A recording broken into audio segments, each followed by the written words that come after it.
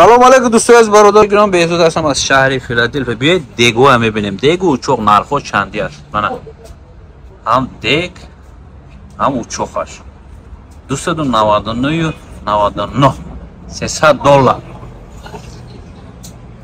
خیلی کلانتر ایدیش هم این $275. دیگه دیگه اوچاق هم پرابلم نیست. تاجیکستان شد از دیگه فیلادلفیا 449.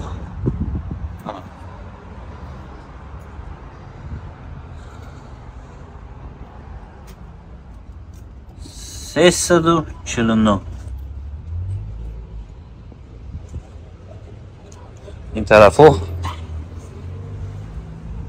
مانا توقع دیگ 69 99. چوینیک $20 99. توجیکونا کنی پیولو ببینیم. پیولو نقش هست یا نه؟ کنی این شکرگیرک از کوزه چی هست 16 و 99. کنی برادر پیوله ببینید شانس ماست. پیوله نرخش نیست. این توقعی همین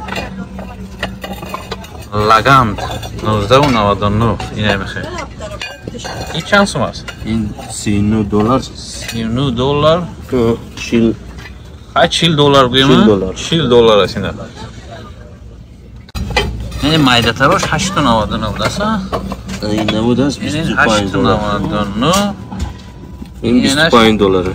$25 $24.99.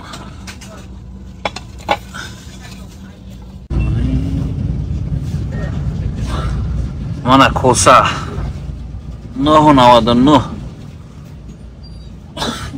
لگنچاو 5.99.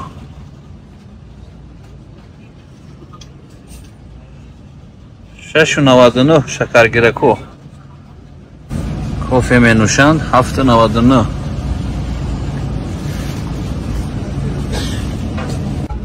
7.99. جوروب میخواید؟ مرحمت جوروب هم هست 7.99.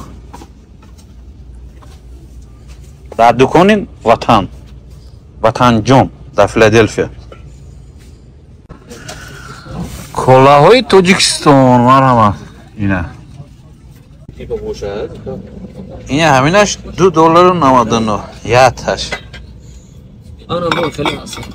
اینش 7.99. اون رزمه سکو خیلی قیمت‌تر است نظر به تاجیکستان، اما به هر حال دسترس است. دیگه خواستید گرفتید خریدید بردید خانه تا موندید راحت است و همش آرایش ملی کردید. از پرده و کورپاچه و همش سر کرده راحتی جان.